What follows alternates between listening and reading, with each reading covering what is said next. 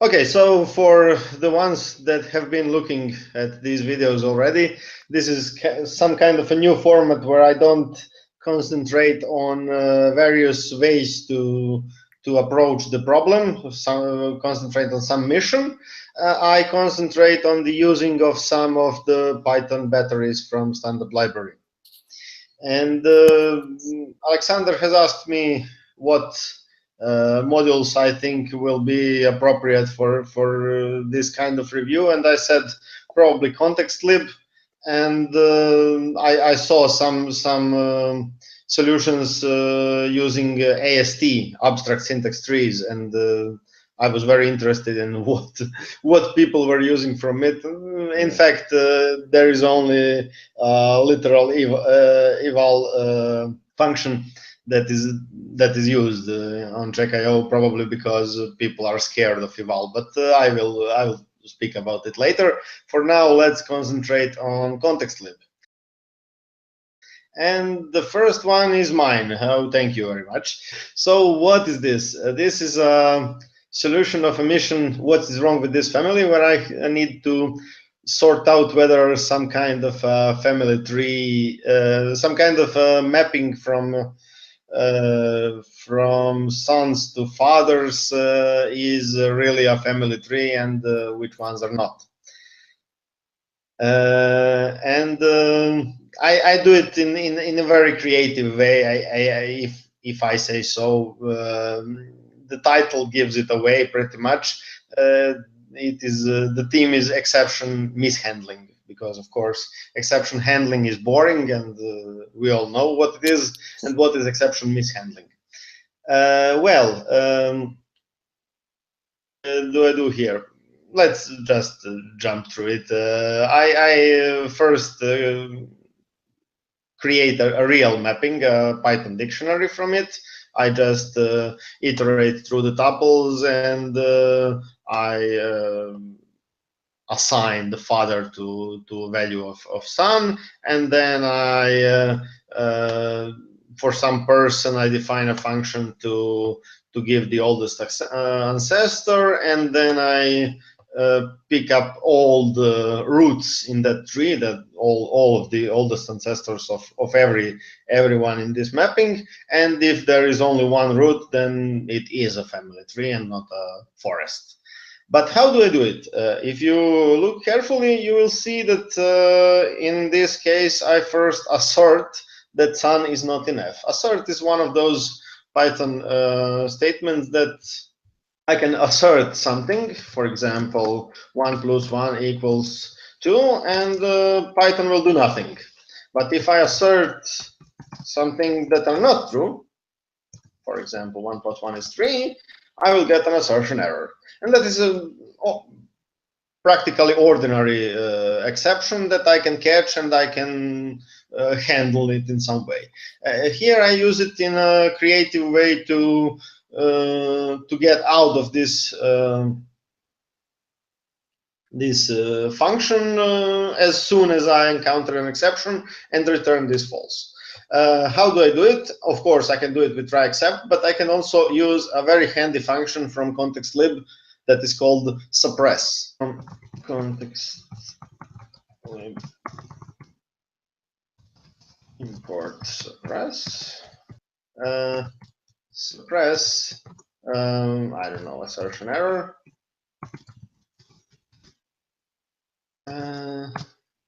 I can assert something false now, and I'm protected. Things like break, right, or go to. Yes, if I just get out of it now, it will be useless. But if I do something here,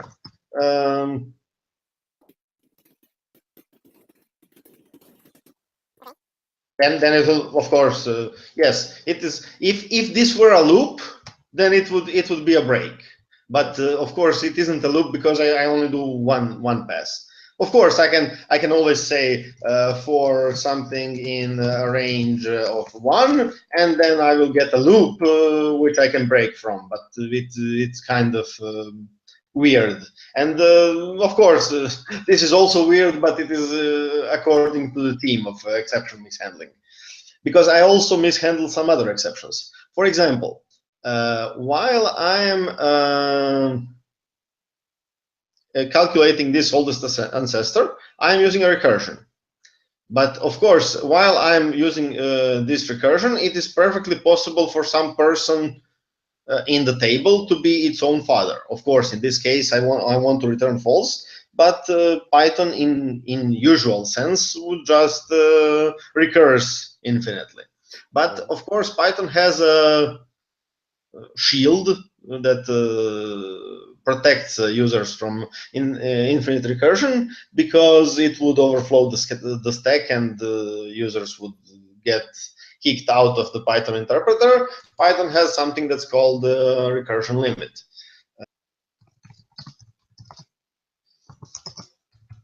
And it is in modern Pythons, it is usually set to 1,000. What is it for? If I write a recursive function and get careless,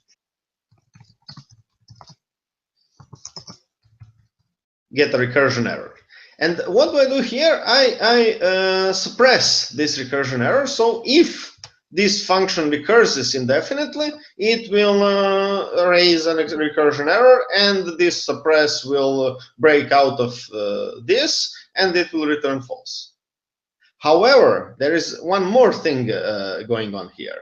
I have a nested suppress. Why? Because, of course, if you look carefully, you will see that this function is really recursive. It has no base case at the first sight. It has no, if something is true, then you just return something, and otherwise you recurse. You recurse always. However, you are protected with this suppress. If you get a person which is not in this mapping F, this access by itself will raise key error. This suppress will then not evaluate this oldest ancestor, and it will just return person. So it works. It works nicely. However, of course, if there is an infinite recursion, then it will throw an recursion error, and function will return false. So we also see that this suppress can be nested. I have a suppress inside a suppress, and it works very, very nicely. In general, when you want to to use this this trick, right? So if you want to like break the ordinary workflow and just jump to the end of the function, you can just use with, suppress, and some. Yes. It is made for a very, very standard idiom that was very common in Python 2. When people would write try, you try to do something and accept this try, accept, pass. This kind of thing that's used very much. You can more easily write it with using suppress.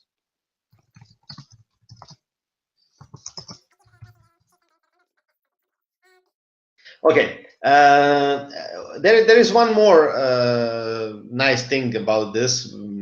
I think I should say something about it.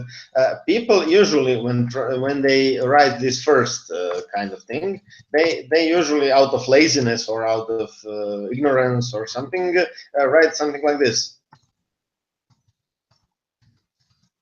This is very, very.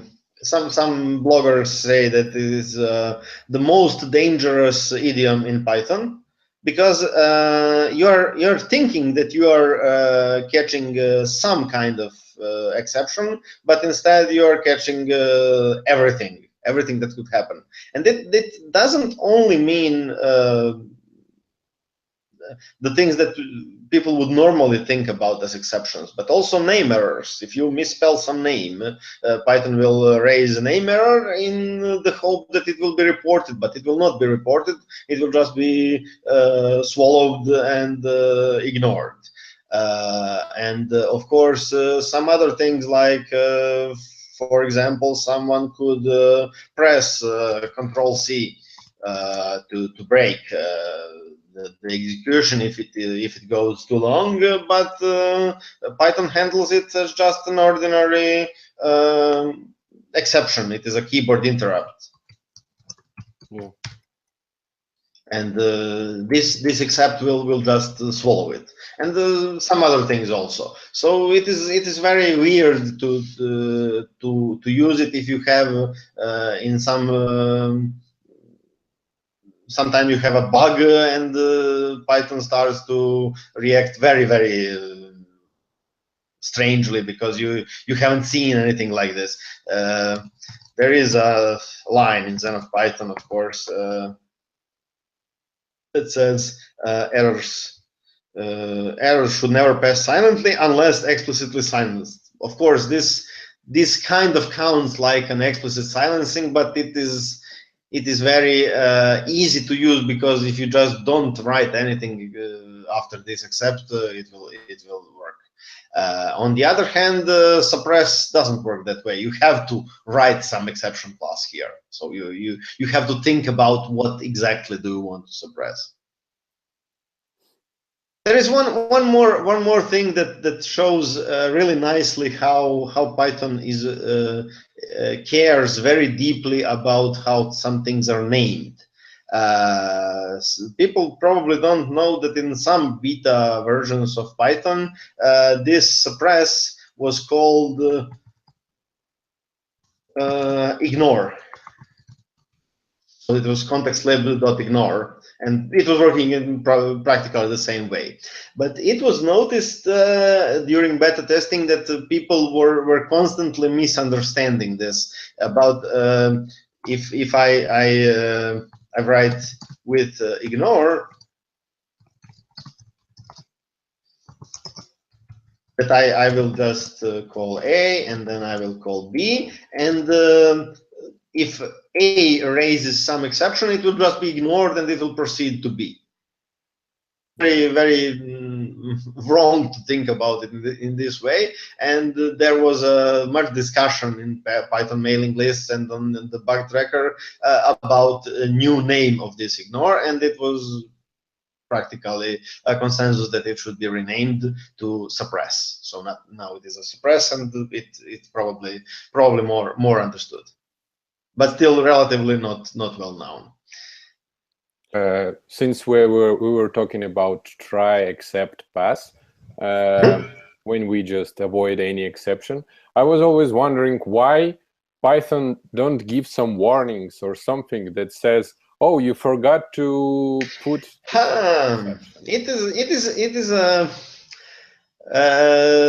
really nice question. I have wondered this also in many occasions. There is, of course, you can also always write exception, and it is kind of a base class that contains most of the things that people would like. However, it doesn't contain, for example, keyboard interrupt or system error or some weird classes, exception classes. So instead, you need this. However, even this is not perfectly okay. However, why? Because when you need to when you really need to have something like this, it is probably in some occasion when you are writing a server or you are writing an I don't know, embedded system or something like that, when you don't really want to risk something happening and you don't enter this except handler, right? And what can happen? This base exception, it looks like something fundamental, but it's not. It's just a name. You can in some other kind of code you can write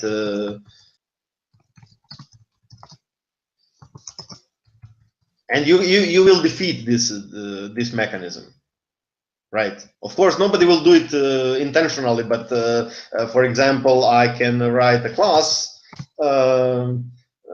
some exception that derives from base exception. I can just have a brain malfunction and just swap these ones. I have seen people do this when they derive some class from another class. They just instead of writing class A in parentheses B, they write the class B in parentheses A. It's weird, and you think it will never happen to you, and then it happens to you. So you can write something like this, and you will defeat this mechanism, because in this case, this base exception will not refer anymore to real base exception, but it will refer to some class of yours. So this is really a sledgehammer. This really means accept anything that could possibly happen, and I don't want to even think about the ways to defeat it, because there shouldn't be any way to defeat it. Except is a keyword, right?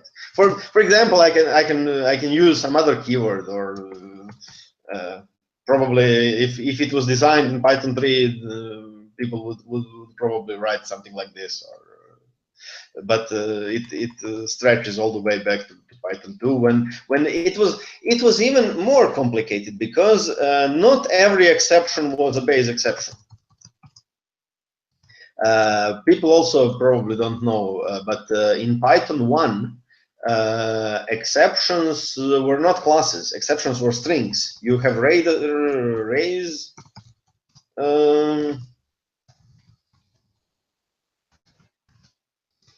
Something like this, and then you caught it with except, and then you had some things in sys module. I think they are still there. XC info and except hook and some things like that that you can and also sys I think last traceback, last type, and last value. You see, for example, it is practically useless in nowadays to have separately last type and last value of an exception, because of course value is of some type and its type is just an exception type. But in the olden days it wasn't so. You were raising some things and some strings together with it. So the value was a string and the type was some kind of an constant. So yes, from these days, except was very fundamental, and now people are just afraid to get rid of it, because it really means a strong commitment to catch everything. But of course, there are some people that say that it has its use, but it shouldn't be written so easily. So a mission is some kind of a mathematical thing. You just have to find the least base that will satisfy some division criteria, and it is just simply this. You just, of course, you have to have some criteria of good base, and the base is good if the number written in that base is divisible by base -1. And you just write it in this way. Of course, the very nice way to write divisible in Python is just to have not A modulo B. That means that A is divisible by B. It should be noted that in some other languages this is not possible, because not is simply another operator, and its precedence is probably wrong in this case. So you have to write something like this. For example, in C you must write this. You cannot write this, because this will be interpreted in this way, and it is just wrong. Python has a much more precise grammar that allows you to write some things like this. But of course, there are some disadvantages about it, because not is really a keyword and it has a special place in the grammar. So these things would work, but for example, these things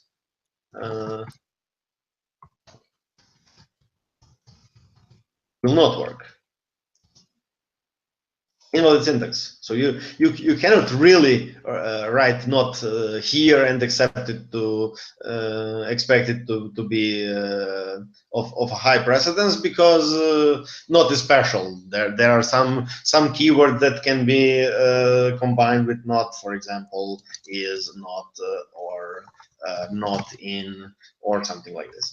But in most cases it works fine.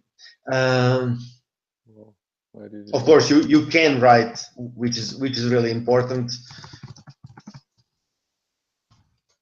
because and is also a keyword, and they understand each other perfectly. Okay, so I just write this, and it doesn't really work. Why? Because this int number base might raise an exception. It might raise an exception if there is some digit in this number which is not valid in this base. So I just wrap it in a suppress of value error. It raises value error, and I say if it raises value error, then don't mind it. Just continue. Yeah. And that's it. In this case, of course, this good function will continue. It will find out that it has come to an end. It will return none, and it will not be true. So the filter will go on, and I just pick up from range of 2, which is the lowest possible base, to including 36, which is the highest possible base, because of course the bases use numbers and letters from English alphabet, and 10 plus 26 is 36. And of course, when I need only one, I can use filter, and I can use next with it. But if there are no good base, the task says that I must return 0 or something like this. So the next function, as we know already from reviewing Guido's solution, can accept a default, which will be returned if this generator doesn't yield anything. Okay, so it is just another use of suppress. Yeah, I'm just trying to remember all my some of my solutions where I when, for instance, where I just try catch value, and yes, you just write accept value error, pass, and that's it. But when it is just one line, it gives you some nice ways to think about your solution. For example, how it really interacts with a real loop. You say it is kind of a loop that loops only once, but it has a break. But you can, for example, write something like this: for I in something, and then with suppress some exception, you do something. What will it do? If this do something, raises this kind of exception, some exception, then it will just continue on the another iteration of this loop. So it's not like a break, it's like a continue, in fact, right? Yeah. But if you write this with suppress some exception and then for loop,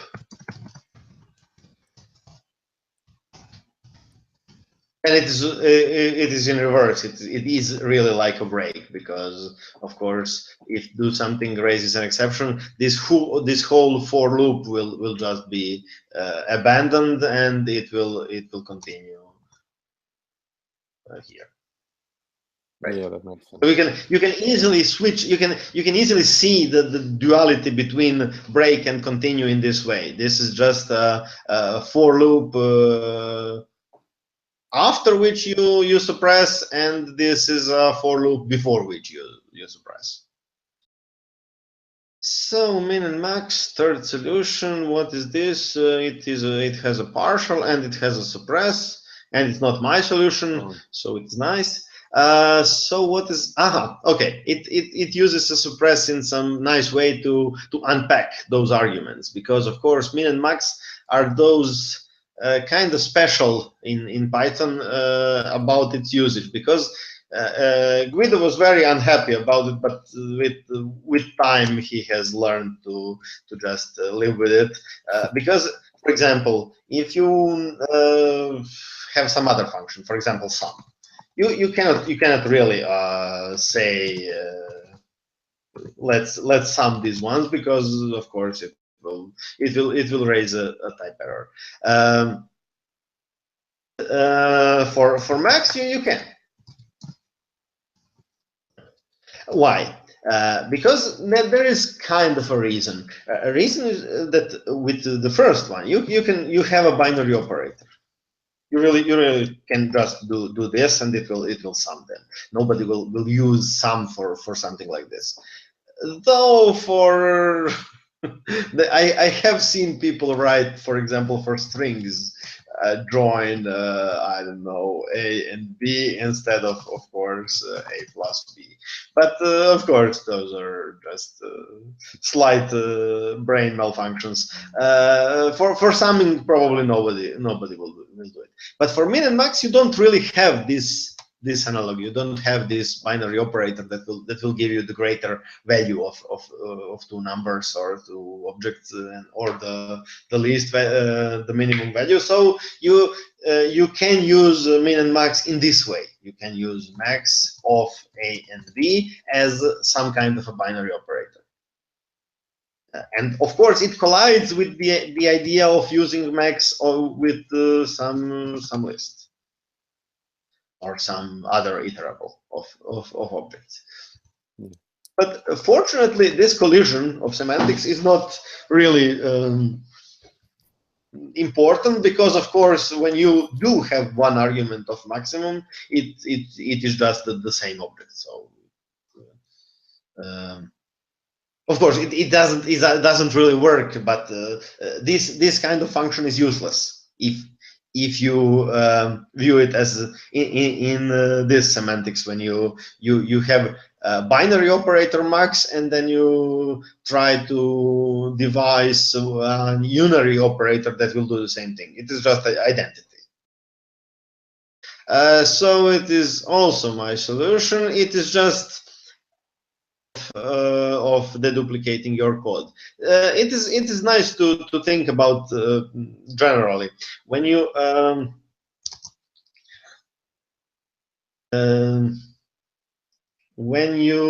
do something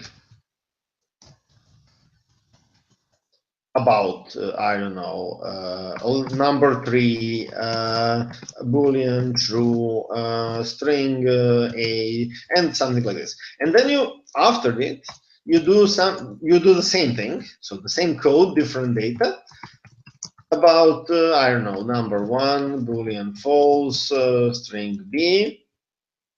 You can deduplicate it as usual with partial functions or with auxiliary functions or something like this. But in Python, you can also deduplicate it by just using a loop.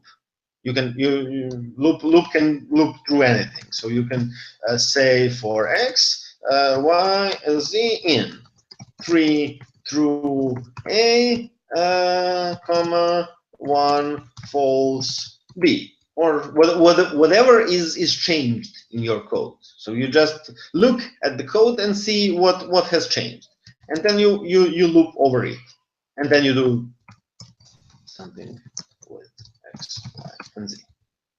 Okay. Right. So that kind of thing is used here. So you just see that you define the function 2 times. You define a minimum and you define a maximum. So you have 2 defs. But of course you can do it with 1 def in a for loop. So it is really kind of obvious. However, it's not really obvious, and it is a reason why I have written this solution, because Python has 2 things working against this philosophy when it is about defining functions. Which are those 2 things? First is closures. Python argument passing is such that functions are really just delayed code. You write some code, and it will not be executed immediately, but it will be executed when you call that function, of course.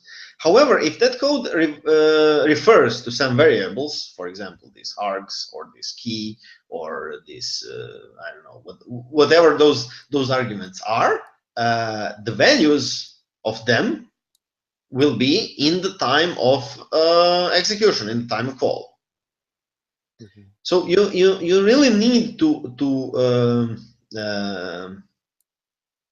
freeze the value of I. For example, this I just goes through enumerate of min and max, so indices, so just 1 and 0. Of course, here used as true and false, but you cannot really write reverse is I. Why? Because this I will, in the next pass of for loop, it will be 1. It will not be 0 anymore. And when you call this function, this closure will refer to this I, which will have the value 1. So it works, this kind of deduplication works if you execute the code immediately, or at least if you execute it in the same context in which you bind this X, Y, and Z. In another ways, you don't. However, Python has another feature that kind of undoes such phenomena, and it is just the default values for arguments. So if you have an argument that whose first name is underscore, so it just says that it shouldn't be used in the ordinary way. It's kind of like private, and you pass this I as a default value of this argument, then it will, of course, this first function extreme will have a default value of underscore I as 0, and the second one will have a default value of underscore I as 1. Why? Because when you define functions, of course, I said functions are delayed code. This code is delayed. This one, the code for functions themselves. Yeah. And this line is not delayed. This line is executed immediately. This line is executed with the current value of I. Yeah, of course, this is also the reason why people don't really appreciate or don't really understand when you write I don't know, the f of a is m.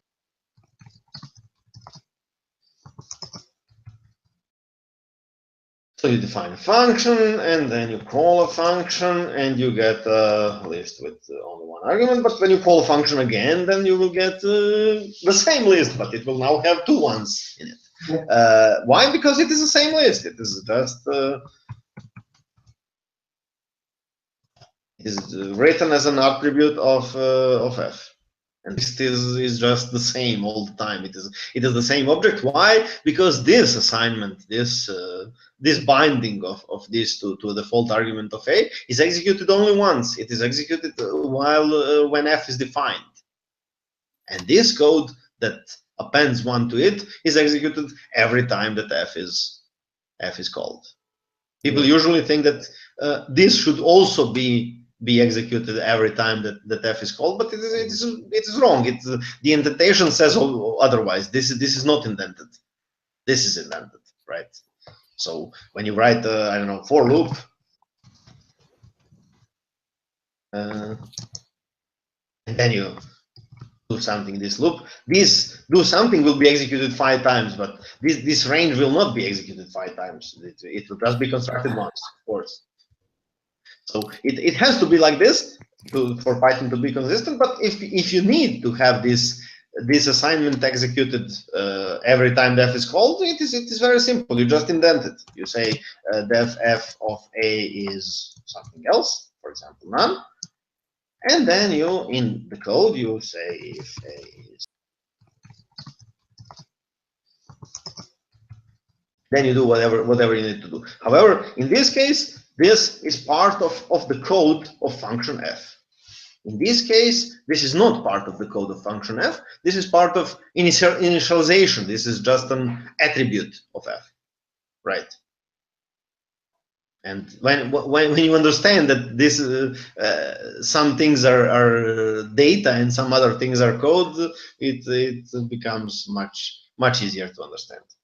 One more thing, I said that these closures are one thing that bites people when they try to define functions in the for loop. There is one more thing, and that is a name.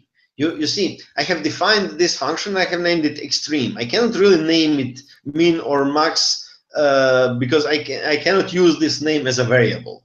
If I was writing, I don't know, Perl or PHP, I would probably write something like this, or probably something like this. So, define a function whose name is not really name, but it is whatever is contained in the variable name, right? So its name must be dynamic, and you cannot really write it in Python this way, because when you define a function, you have to write some here, and this will just be the name of your function. Yeah, the same as with. But of course it's not really hard to do. You just need to understand what are you doing, because it is a nice analogy with there was some story about what is the name of this cat, because when you try to write some analogy with for example names of animals, then you understand that animal might not have a name at all. It might have two different names. Any man or any person that knows that animal might call it with a different name. So the name is not really a property of an object. It can be a property of an object, of course. Python has many objects that know their names. For example, this f function that I have defined recently, it knows its name, of course. F is just f. However, if I define a name for a number 5, then this a simply doesn't know that it is called an a. It can be called any other things. It can be called b, and it will just not know its name at all. Of course, I can also name that f by another name g. However, g also knows its original name, after which it was named originally, and it is f.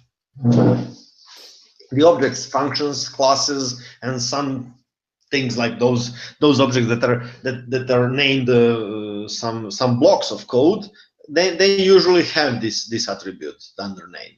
However, simple objects like numbers, strings, or something like that, in many cases don't really know anything about their names. So what is a name? Name is a feature of a namespace. In every case, you have current variables. So of course here are many variables in this default namespace, and they refer to some objects. And what do I need to do after I define this function? I just want to say that it should be referred in the globals namespace, in the namespace of this module that will be executed in CheckiO by the name. So I just insert this function into globals namespace under the name, and it will after it will be just called this name. Of course, so I can write vars under the name blah this function f, and it will be there, of course, but it will not be in some other namespace, because I have put it just in this namespace, right? Yeah. So the name is not a property of an object. It can be, but it's not necessarily a property of an object, but it is necessarily a property of some namespace. You have many namespaces in Python. You have underdict of some object. You have globals. You have locals. You have I don't know, local variables in a function. You have enclosed variables in the closures, and in all of these namespaces, you have some rules about what can be names, how they can be bound to objects, and so on. So if you work by those rules, you can, as long as you obey those rules, you can treat all those namespaces as simple dictionaries. So you refer to this dictionary, you set this item name to something. Of course, this extreme function, its dunder name is still extreme. It doesn't know anything else. But in the globals namespace, it is named min. And another function that also thinks its local name is extreme is in the global namespace named max. And it works. Function names. Okay, yes. There we have seen functools reps. Yeah, functools reps, yeah. So reps is one of those things that is really necessary, because you really in many cases when you're writing a decorator, you don't really need to define another function. You just need to some kind of like modify the original function, right? Yeah. So you want to say decorate me this function G. So this function G receives something, it does something, it returns something, and inside this decorator, I really don't want another function.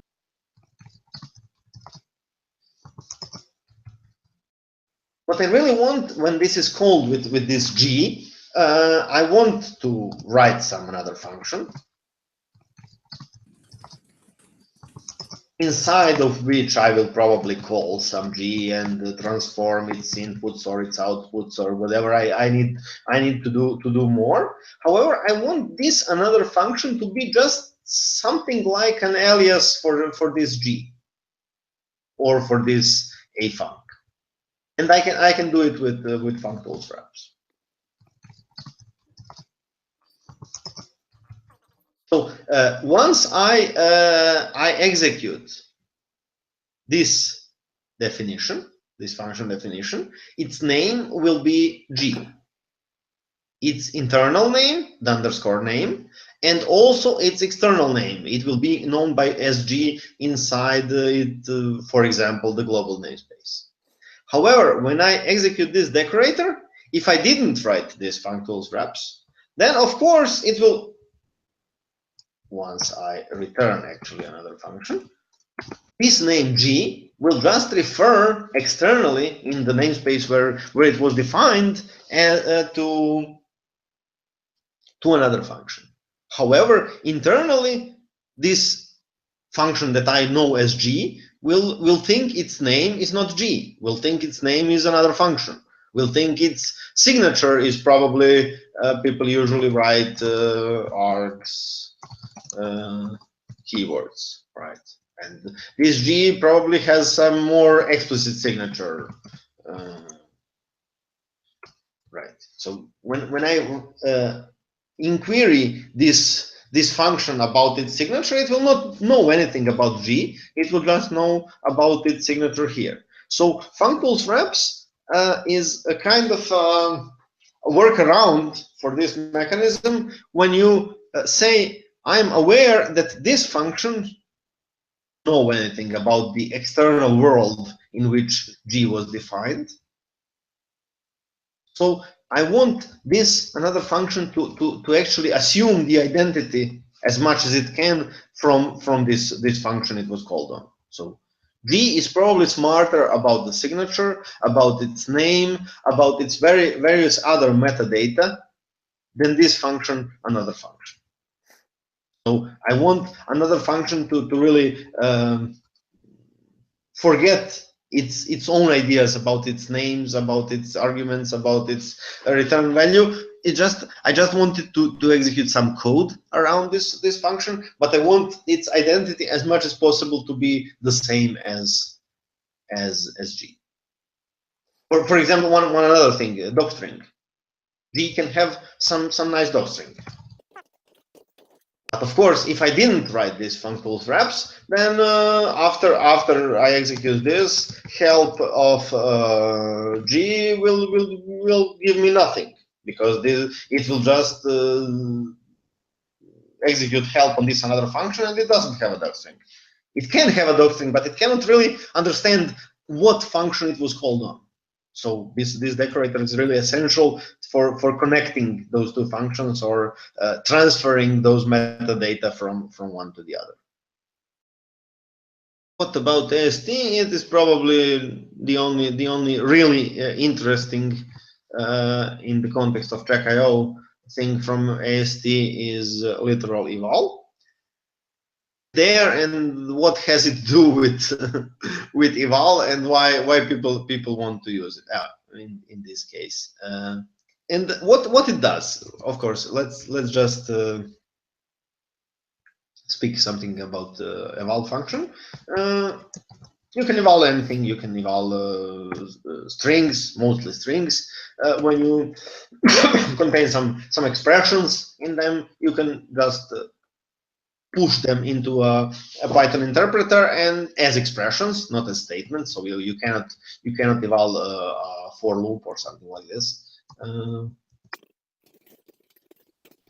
This will not work because it expects an expression. Of course, you also have exec, which is like an eval sum, but for statements. So you can strings like this, and it will just do the ordinary thing.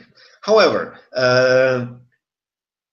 in many cases, you want some kind of functionality of eval, but not for arbitrary expressions. Arbitrary expressions are weird. For example, this is an arbitrary expression. I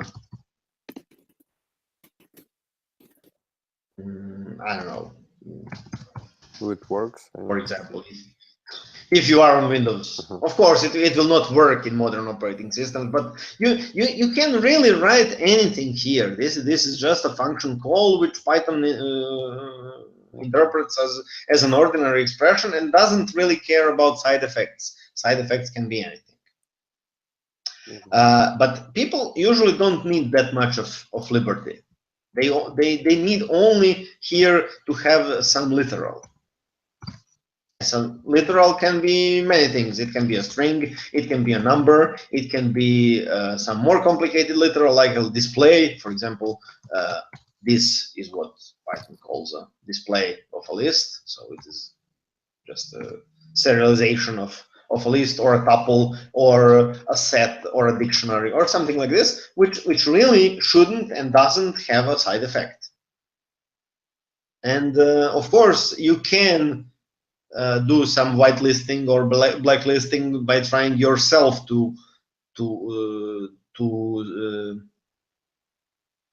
collect some common cases while forbidding another uncommon cases that might be dangerous. However, Python standard library must know about all those things because it does them, and it constructs from, I don't know, you have some kind of bytes on disk, then you decode them, then you have some text, then you tokenize it, then you have tokens, then you parse them, then you have a parse tree, then you convert that parse tree to an abstract syntax tree, then you convert that abstract syntax tree to a bytecode,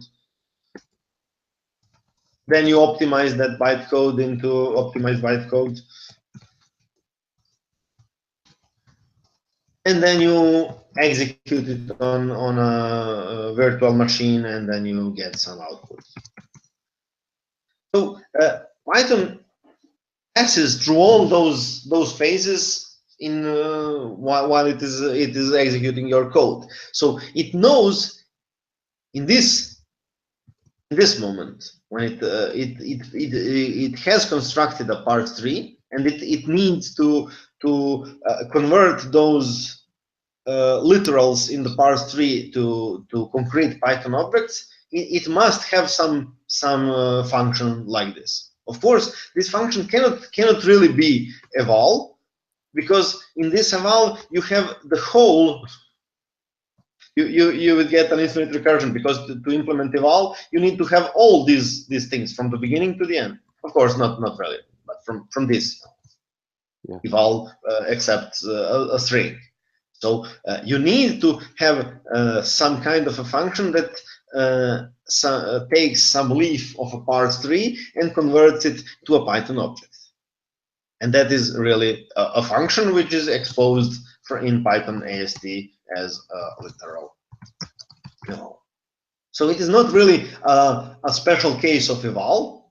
It is, but it is not implemented like this, because when you need function like this, you don't already have eval. You only have eval for literals, and it works nicely. It is just, so it is not a special case of eval. It is a building block of eval. You need it to really implement eval as is proper. Okay. So it's basically, it's not only safe, but also should work faster, much faster than you just. Probably, yes. I haven't timed it, but yes, it should, because eval must in some at least in some branches it must call literal eval. So of course, for example, I have written something like this.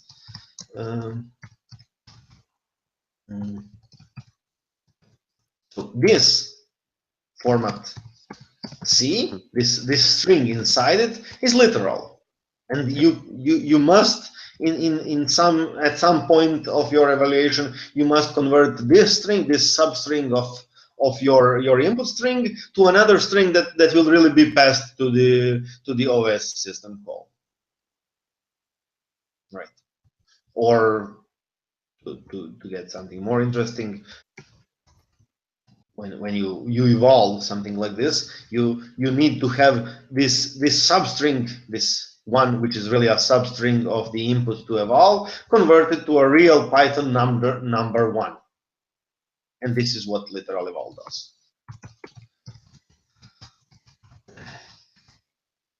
Of course, when you know about the types, okay.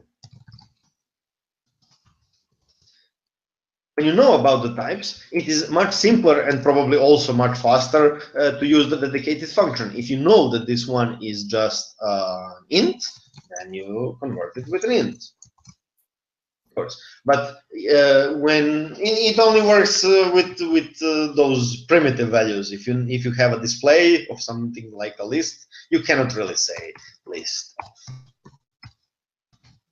It will not work. It will work, but not in the sense you actually want it, because of course this string will be interpreted as an iterable of characters, and every character will be an element of your list. I think we have one solution, funny, I think, where it literally use everything that is possible to be used. I think this is the one. Yeah, probably this is the one. This is the one. Yes. I think I have seen it. It implements the whole. It really implements up another computer inside the computer, right? Oh, really? Yes, it is just I have said it as a reduction, as an ad absurdum. When you need to implement eval, you need all those things, from bytes or text to tokens to parse trees to everything else, until you get some output. And this author of this solution, which is really ingenious, has decided to implement everything of this transition inside Python. So it has a tokenizer, it has a parser, it has a microprocessor, it has its own bytecode, something like this. I think I have seen some expressions. It's really wonderful. It is really it has even flags. Like, of course, it's probably not necessary, but why not when it has everything else? So it's really writing Python's evaluator inside of Python, and it is really nice idea. However, I really don't see how they had enough time or enough nerves to do something like this. Maybe it was part of some other projects before. And Possibly, yes. Of course, I shouldn't dismiss it so easily. You have probably heard about PyPy. PyPy is mostly the same idea.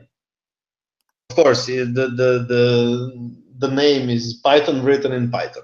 It's not really. It's in fact Python written in restricted Python. But this restricted Python is a language that is really nice, much nicer than C or Java or whatever people write Python in, and it has this wonderful idea that you already need to write Python in some language. So you have some implementation, and you just need to optimize it in a way that it will be refactorable. And once you do it systematically, you see that you don't, to implement Python, you don't really need whole of Python. You need some minimalistic subset of Python, which can be really optimized. And this is this R Python or restricted Python. Once you do this, and once you have a really strong and versatile compiler for R Python, then you write Python, the ordinary usual Python in it. And this is the idea of PyPy. And it works very nicely. People usually ask me, how can PyPy be more be faster than C Python when the implementation language is slower? Implementation language doesn't really matter. You pass through some optimization phase in which you explain to the compiler that it can optimize many things. And once you have a nicer language than C, you also have a language that is nicer and more susceptible to optimizations. So people actually do it, but of course this is not it. It just invents some kind of its own notations and. But yes, in kind of the same style. Maybe it's part of PyPy, no? It is possible, but I haven't really seen the source of PyPy, so I cannot be sure.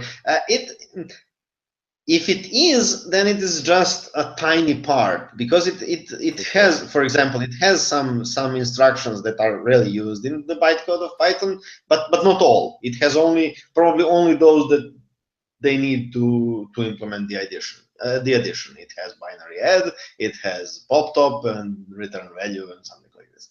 But somebody was really careful to pick and choose if they did so from the source of PyPy, and I'm not sure it was meaningful for them, because it is obvious that this solution was meant to be as long as possible. So if they had access to PyPy source code, they would probably dump it all here. Yeah. So what was the criteria for choosing? I'm not quite sure. So there is one more. I don't know if it is a hint, but look at the username. Maybe somebody is really trying to write an operating system in Python. If they did, this operating system would probably have a Python compiler, and it would. Oh, it actually has a name and URL. So maybe you see github/pyo/dg. So maybe it's actually compressed version of DG. Yes. Okay. It's. Let's see. Yeah. So people can Programming literally. language for the C Python virtual machine. Interesting. So he doesn't really write an operating system, but he does write a new programming language, which uses Python as an implementation language. Like for example, Jython is using Java virtual machine, right? Okay. It is Python written in Java. This is some other in Python. However, for example, obviously this language has the same syntax for addition, so he can use it in this case to just add two numbers.